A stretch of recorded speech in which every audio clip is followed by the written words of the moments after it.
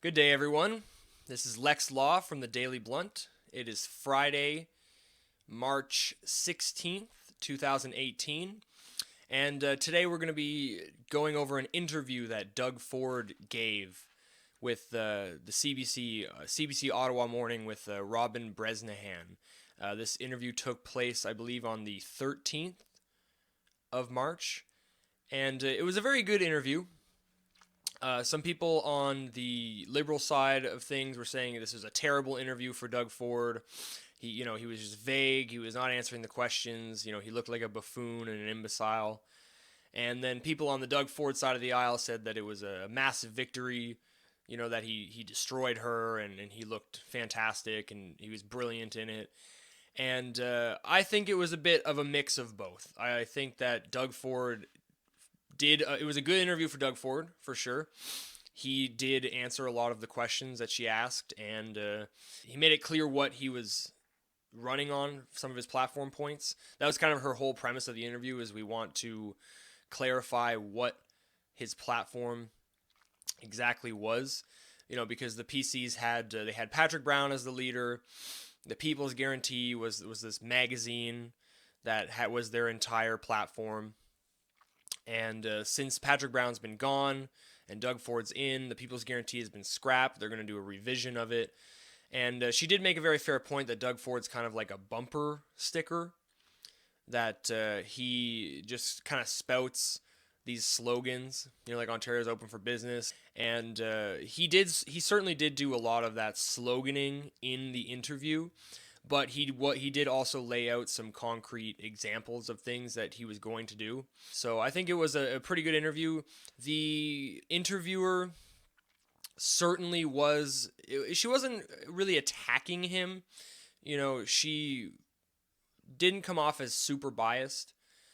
She genuinely did ask him some questions and wanted to know some concrete examples of things.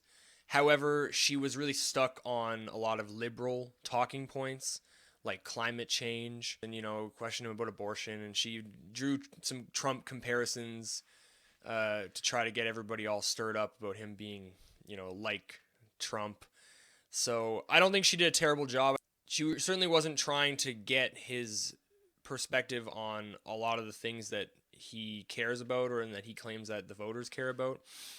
Like hydro and cap and trade and taxes and whatnot. But overall, it was a pretty good interview, and I think there's some things worth talking about in here. So without further ado, I'm just going to go over some notes on the interview. So the interview started off with her drawing the comparison to Donald Trump, saying that people are saying you're like the Donald Trump of Ontario, and how do you respond to that? And Ford basically said, I'm not Trump, I'm Doug Ford. The comparisons, are silly. People on the left really hate Donald Trump. They get crazy negative over Donald Trump. And she was trying to make Doug Ford kind of hitch himself to that wagon. Canadians in general seem to have a negative opinion of Donald Trump, but it seemed like she was just trying to hitch him onto that right away. So Doug Ford didn't have any part of that. He dismissed it and said, I'm Doug Ford. We're talking about Doug Ford today. We're talking about Ontario. We're talking about Canada. We're not talking about Donald Trump. So that was good on Doug Ford's side and kind of bad on the interviewer's side. So then she asked him about the carbon tax and specifically how he was going to save money or generate revenue without cutting public sector jobs or putting in a carbon tax. Because obviously the PC is a big thing for this PC leadership race, was the carbon tax. That was something a lot of conservatives didn't like with Patrick Brown, and they thought it was against the constitution of the PC party. But she had a good question about how are you going to pay for things that you're talking about without cutting public sector jobs or putting a carbon tax. And this is a part where I thought Doug Ford could have done a bit better, answer the question a little bit better. She kept talking about cuts and things like that, and he kept saying things like, cuts are not in my vocabulary. We talk about efficiencies. I'm going to make more efficiencies in government. But I don't think he articulated himself very well during that. He mentioned cutting bureaucracy, like cutting out government bureaucracy, reducing regulations. So I think that this was not his best question, his best answer. I understood what he was saying, but he didn't give the best answer to this question.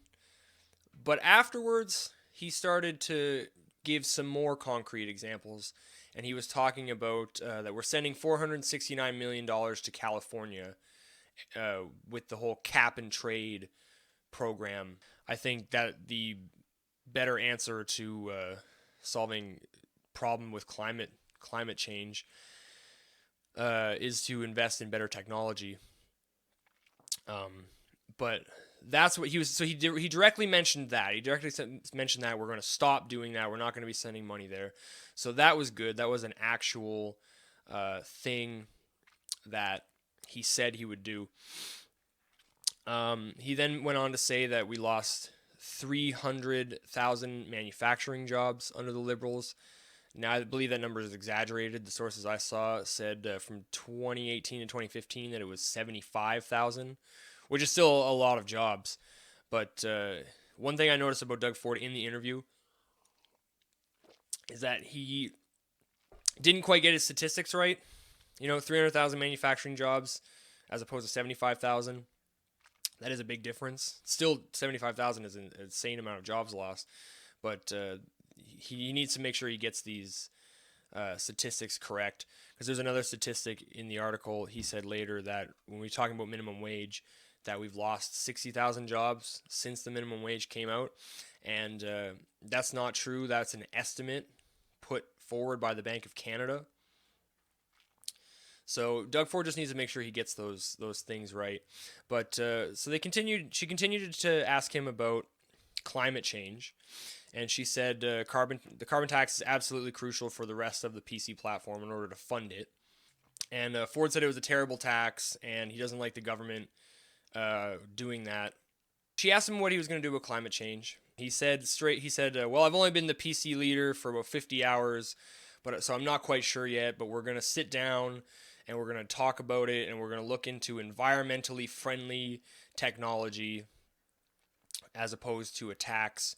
I mentioned that a moment ago, that I think a better idea than enforcing artificial restrictions or putting in a tax, if you're concerned about climate change, I would say invest into the technologies that are going to reduce climate change. Like if you're concerned about carbon emissions, then maybe it makes more sense for you to be an advocate of electric vehicles and try to convince more people to drive electric vehicles and to invest in the technology and be interested in the technology, rather than put a tax on people. That seems like it's a quick fix, no fix kind of solution. It seemed like Doug Ford, he couldn't straight up say that it's bullcrap and he doesn't believe in carbon tax or in climate change, and that it's something that the government is trying to enforce on people. Because I believe a lot of people, regular voters, would see that as, oh no, he doesn't care about the environment, we can't have him, blah blah blah. But he seemed like he could have known a little bit more about the question. Like when he says, I've only been leader for about 50 hours. Yes, that's true. This was at the time of the interview. But as you're running for leader, you should have more of an idea of what your plan is, especially when you're going to go on and talk about it. But I did like what he said about investing into environmentally friendly technology rather than going with a tax. So I thought that was a good response from Doug Ford about that. And the interviewer then went on to say, she tried to attack him with do you even believe in climate change? Which he defended himself. So this is very similar to if someone calls you racist, right, for not agreeing with them, or they call you some pejorative because you don't agree with him. Like if you say, do you believe in climate change? No. and they'll say, well, you're a climate change denier, right? They're going to throw some negative adjective at you to attack your character rather than attack your points. And typically the response to that, what people do is, someone calls you racist. Oh, no, I'm not racist. And you explain why you're not racist. No, I'm not a climate change denier. This, and you explain why you're not a climate change denier. So that's a very ineffective strategy. Ben Shapiro wrote a book called How to Debate with Leftists. And it makes a really great point, is that what these people are doing is when you disagree with them about a certain point, instead of attacking your arguments and saying why your argument doesn't make sense, they will say, you are X pejorative, you're a racist, you're a climate denier, you're a homophobe, something like that, to which the natural response is to say, no, I'm not that, these are the reasons why I'm not that. The more effective strategy to say is, I disagree with you on this policy, and your response to that is to call me a pejorative, call me a racist, etc. So I think pointing that out is a lot better than going and defending yourself. So it would be nice if Doug Ford would do that in future interviews, not get caught up in the trap. Doug Ford is not an intellectual. I think he could have been a lot more prepared for this interview. And there's some other points in here I'll get to where I thought he missed a huge opportunity and certainly did make himself look bad. But she mentioned climate change. Do you even believe in climate change? He defended himself. And he went on and said, this is a good point I like, he said, that of all the people I've talked to, libs, PCs, Greens, etc., their number one priority is not climate change. It's hydro prices, taxes, high cost of living. He said people are having a hard time. They're choosing whether they want to heat or eat. That is a slogan. He does use a lot of slogans. Assuming what he says is true, and from what I've seen online, reading on Twitter and talking to people here in Ontario, that people seem to care more about jobs, taxes, the economy, hydro prices, education, healthcare, than they care about climate change. It seems to be quite a low priority. And I found it funny that the first thing that this interviewer brings up after the Donald Trump comparison type thing is, climate change. So, and then he asks her, why are you so stuck on this climate change thing? And she says, I'm only trying to get details on your platform. And it's like, well, and like he said to her, well, why don't we talk about jobs? Why don't we talk about hydro? Why don't we talk about the economy? Why don't we talk about healthcare?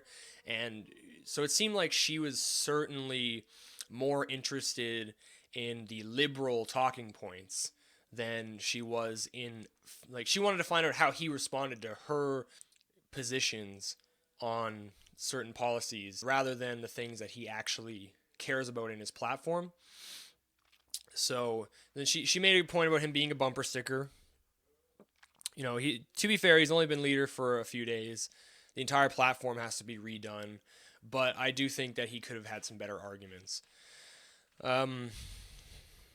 So afterwards, she asked him about the sex ed curriculum. And now this is something where Doug Ford missed a massive opportunity here. So he said he will repeal the sex ed curriculum. He said that sex ed is the parents' business, not the state. He said parents should be consulted about a potential sex ed curriculum.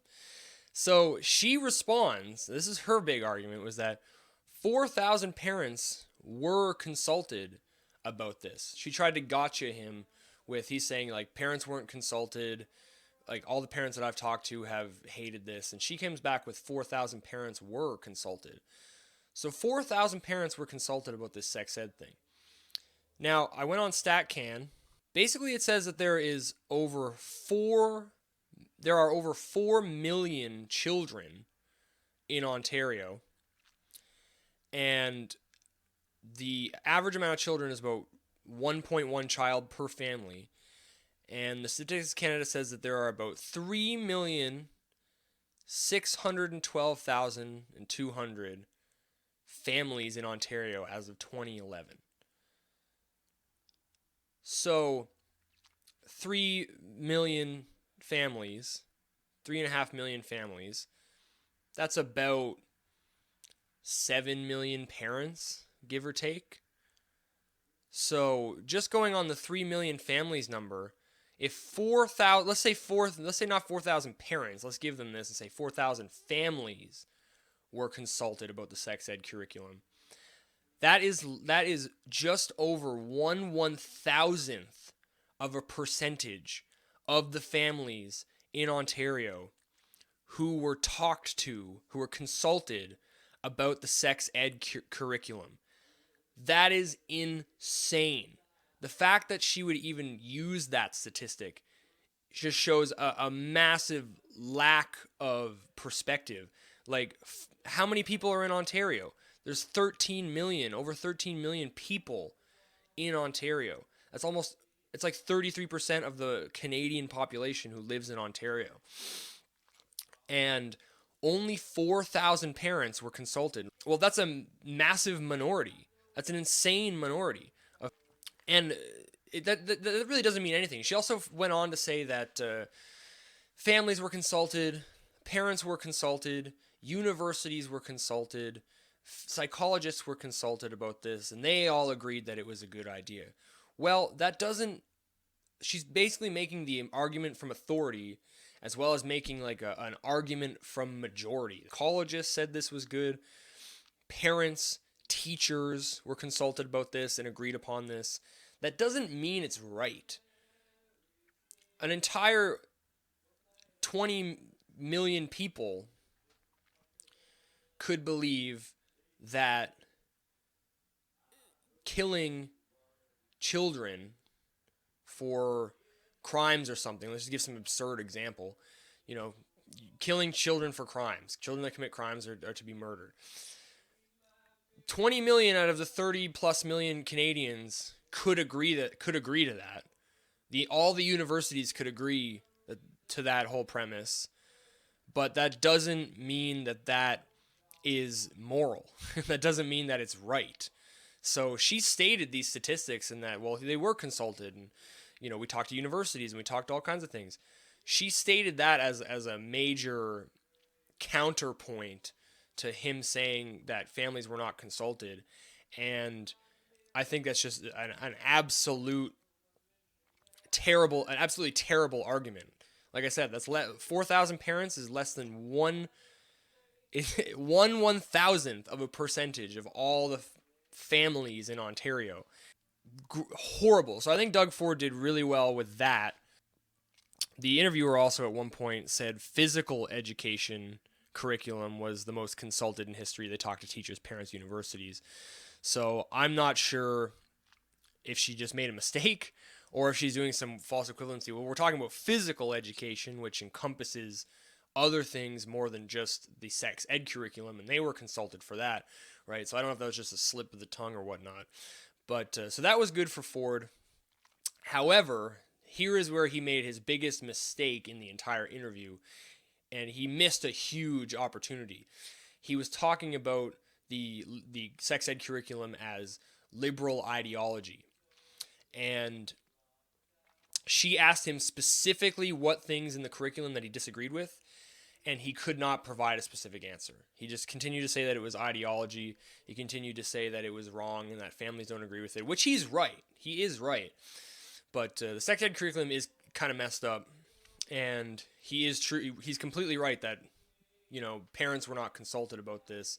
This is a political move, and but he did miss an opportunity to explain why it was wrong. And I think he needs in the future to be able to. He needs to sit down and read it and go over it with somebody who's a little bit more of an intellectual than he is. He needs to arm himself with good arguments. This was certainly a missed opportunity for Mr. Ford. So the interview continued, and she asked him about minimum wage, And minimum wage is certainly a big topic here in Ontario. Without getting too much into the whole minimum wage debate, basically, whether or not the minimum wage helps people or hurts businesses or whatnot, the fact that it is fundamentally predicated on force makes it wrong to begin with. It doesn't matter if I go and point a gun to your head and take all your money, or even 60% of your money, and then I go to the town and I build a school with it, and I give free tuition and all that stuff. It doesn't matter. It doesn't matter if what you do with the policy is moral or not. It's predicated on force.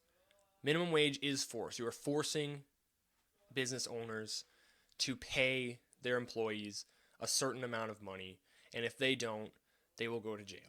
That is force. So without getting into the whole debate, I just wanted to point that out. Minimum wage is predicated on force. And so Doug Ford was mentioning that he wants to freeze it at 14. He's going to freeze it at 14. She asked him if they're going to reduce it, and he said no. He said he doesn't like the minimum wage. And then he mentioned that statistic, the incorrect statistic about 60,000 jobs lost already, which is not true. That was an estimate of the Bank of Canada, I believe.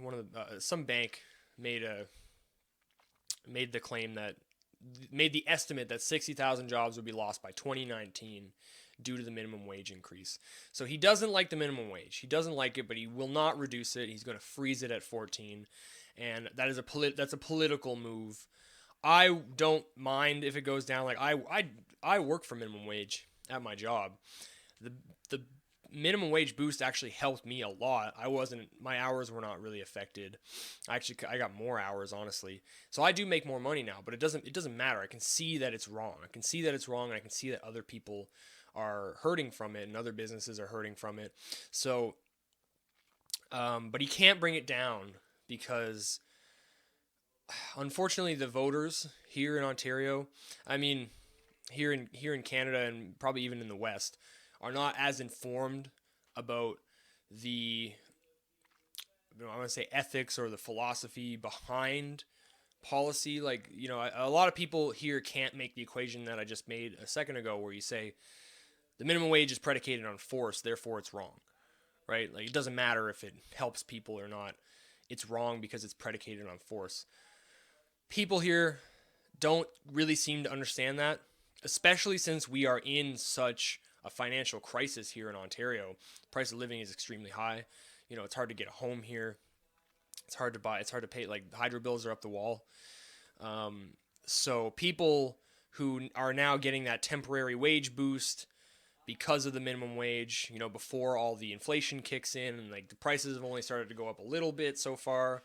Some businesses have made adjustments, others have not.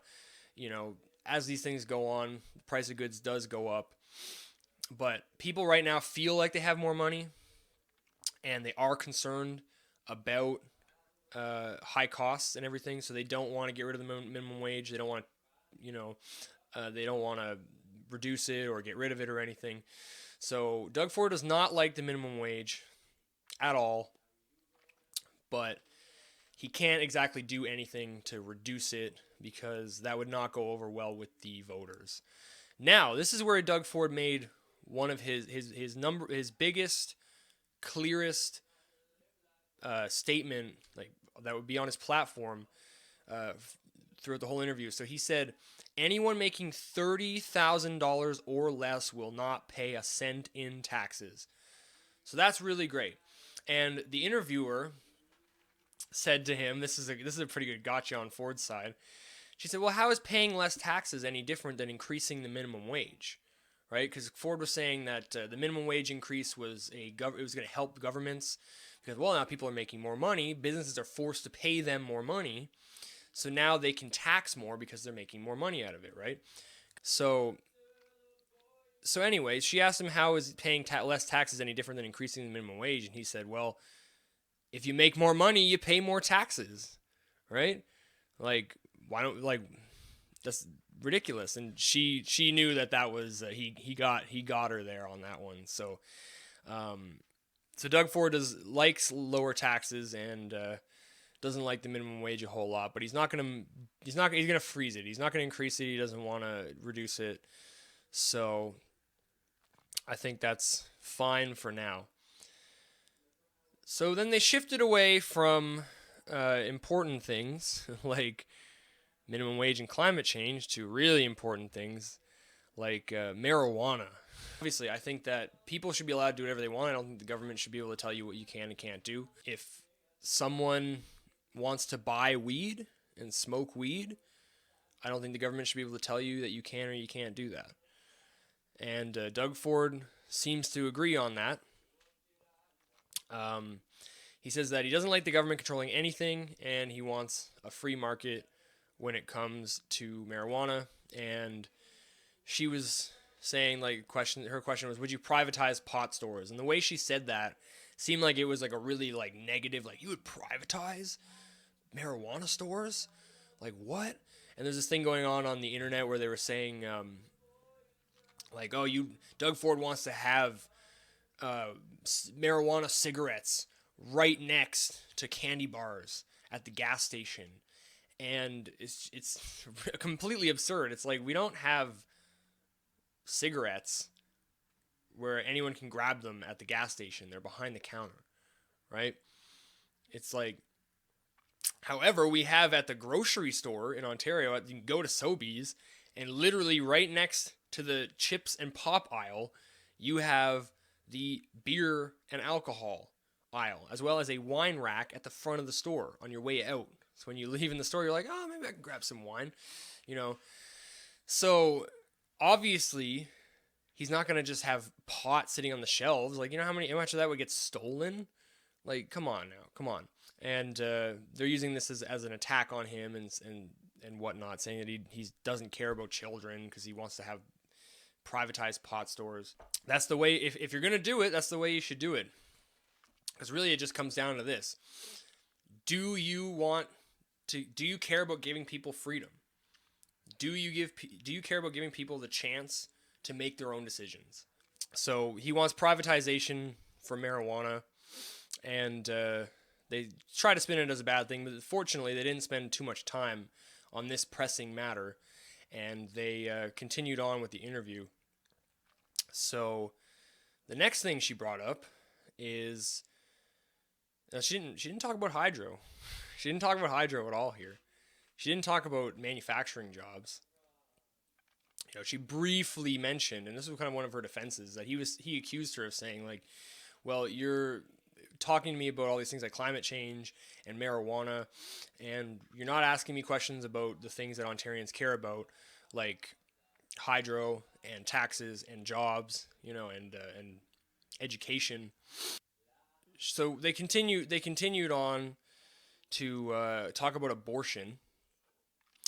And this is another thing the Liberals have really been trying to slam Doug Ford with and attack Doug Ford with, is that he's a threat to women's rights. So, not going into the abortion debate, because you can probably assume how I feel about that, given my policies on other things. Straight up, Doug Ford said, we're not going to open up the debate. It's a federal issue. So he's not talking about abortion whatsoever. So all of these accusations of he doesn't care about women's rights, and, you know, that he's anti-abortion, like he personally doesn't like abortion. It's quite clear. I believe he stated that. But because it's wrong. It's killing babies, by the way. If you couldn't figure out how I felt about it, there you go. But they're accusing him of all these things, and he says straight up he's not going to talk about it. It's a federal issue. He's not going to open up the debate. It's a federal issue. It's not something he's concerned about. But the CBC asked him questions about abortions regarding teenagers without their parents' consent, and he stated his opposition to that. And then the CBC went and used this to paint him as he's going to make abortion completely illegal and he's going to get rid of abortion, which it should be. But so he said, this is a pretty good moment where he said,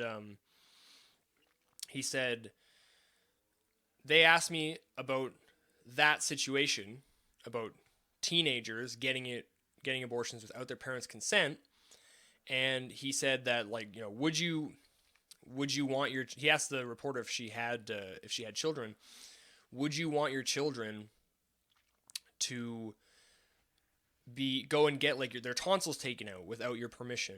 Would you want your children to go on a school trip and not have to bring home a permission slip or something? Right? He's talking about children that are under the age of 18. And her response is classic. You equate tonsils to abortion?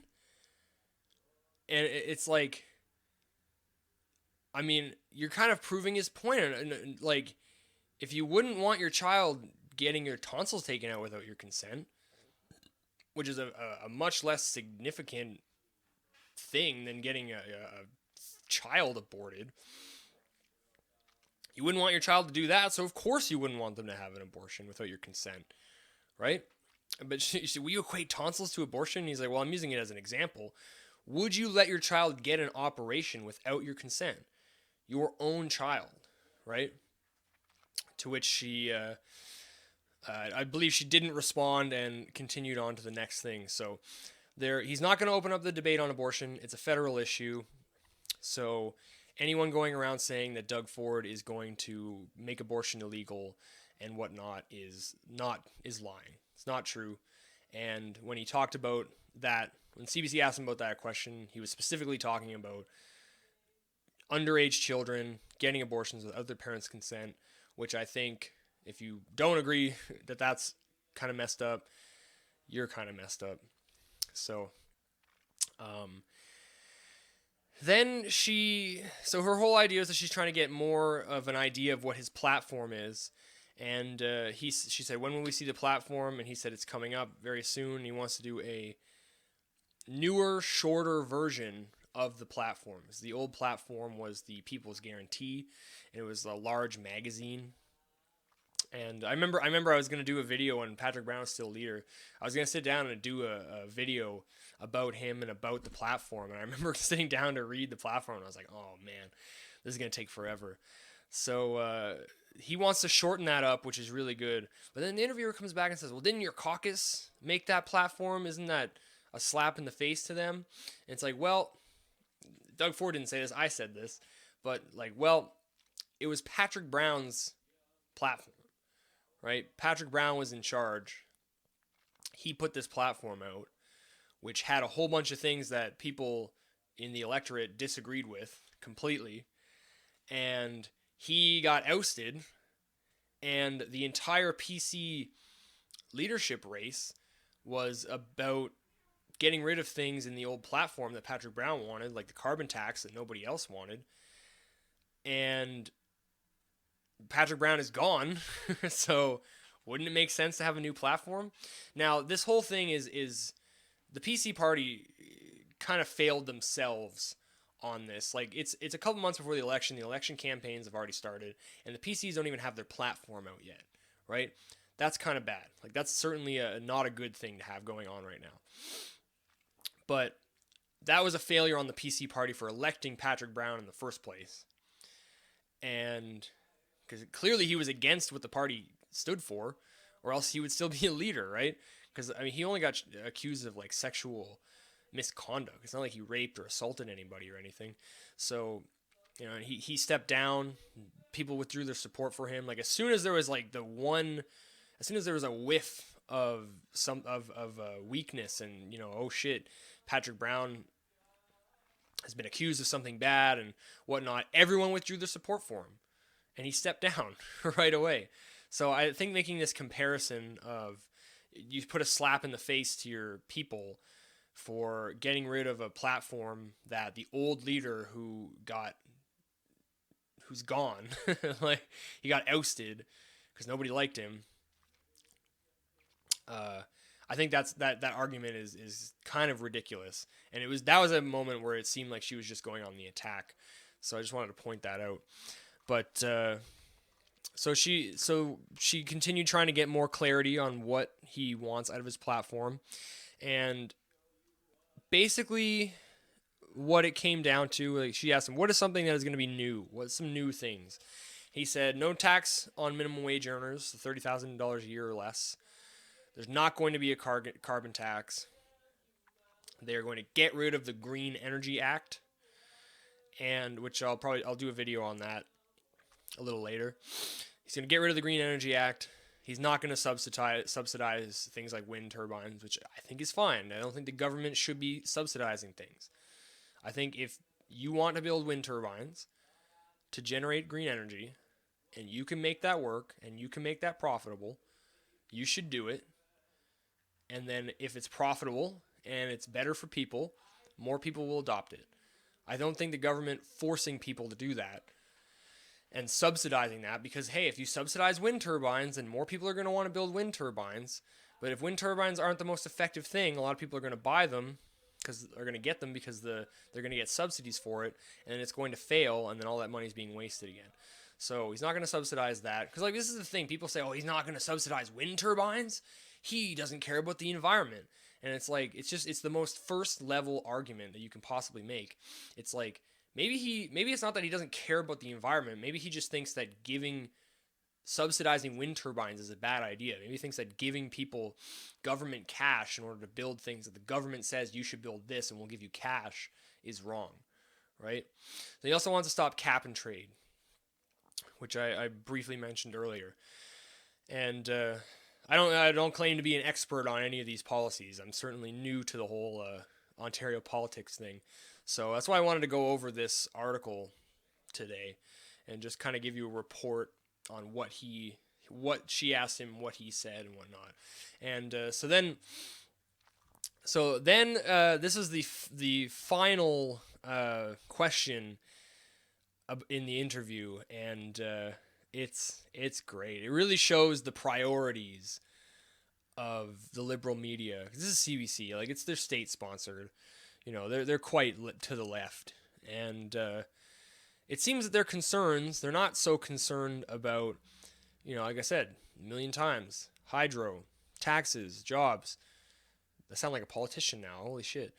The things that Ontarians really care about, I mean, like, it's not hard to figure out. Go on Twitter and go on one of Kathleen Wynne's posts and read the comments, and you'll see what Ontarians think of Kathleen Wynne.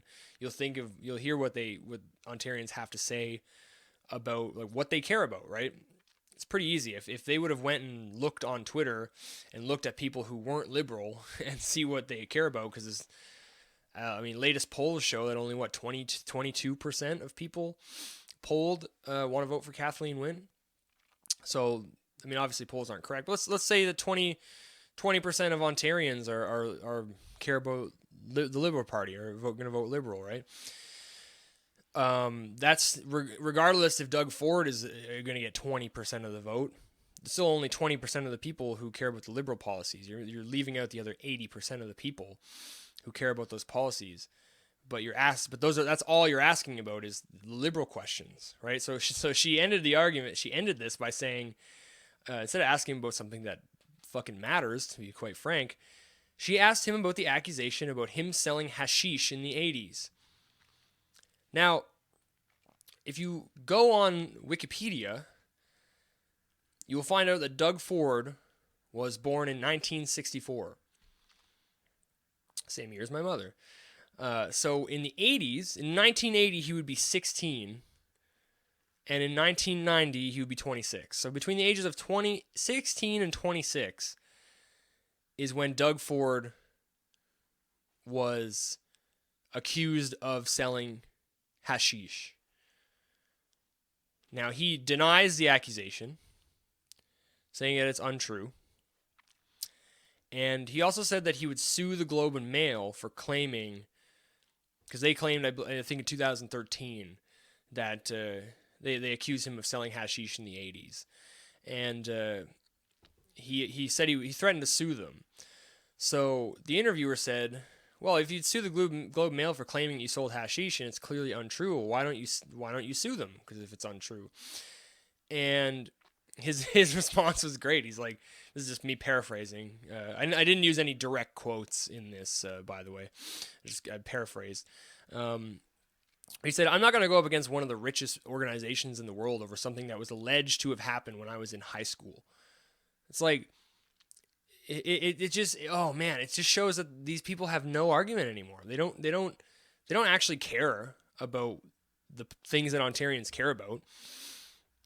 You know, they just want to slander your character. It's like, did you do something when you're 16 that you later regretted, or something that because it's not even them. It's like they're not accusing him of being even like a hashish dealer.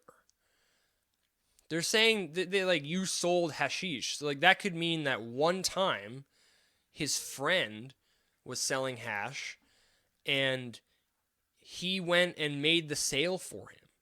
He helped his friend out and went and delivered the hash to the person and collected the money. He might have been smoking it himself and sold his friend $5 worth of hash out of his own supply that he like for smoking, right? What does it mean? Are you selling hashish? They didn't define this. They just said you're selling hashish. It's like, well, is he a dealer? And she said, well, it's about trust. How can people trust you and whatnot? It's like, well, how can people trust you? Like you guys aren't asking the questions that matter, right? That people care about, right? It's about the questions that people care about.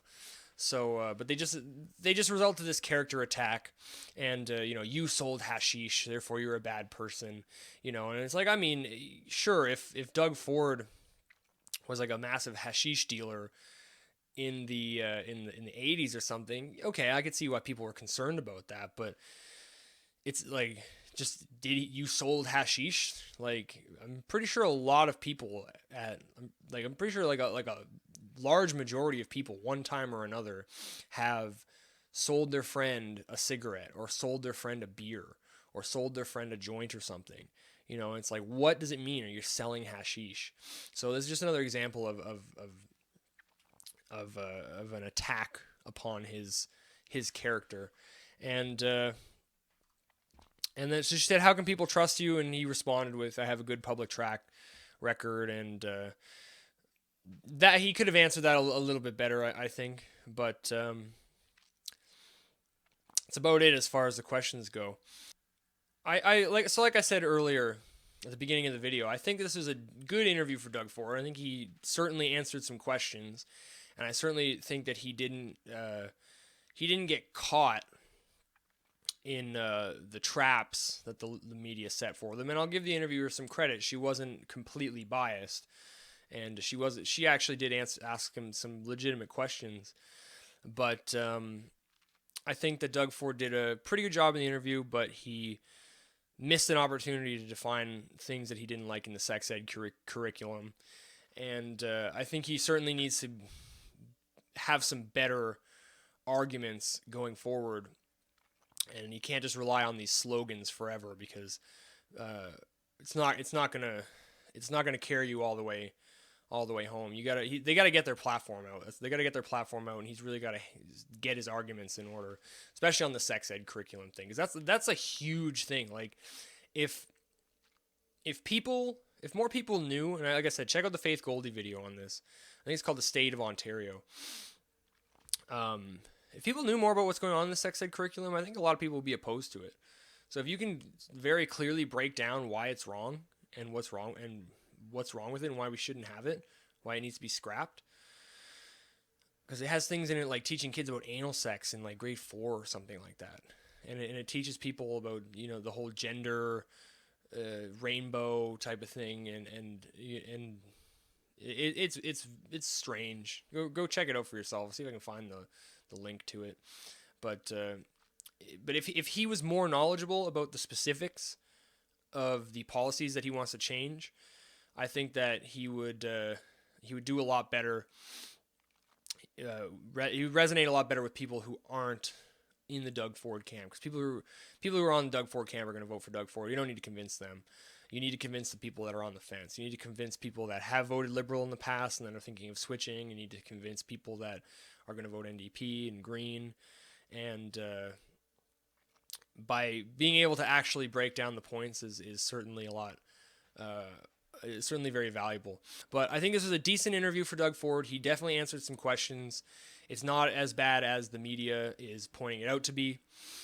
And the liberal media certainly they didn't attack him as hard as I kind of figured they would in that article, but there definitely was a bias towards liberal talking points, and they didn't really get into some of the things that the voters seem to care about, like hydro prices and taxes and whatnot.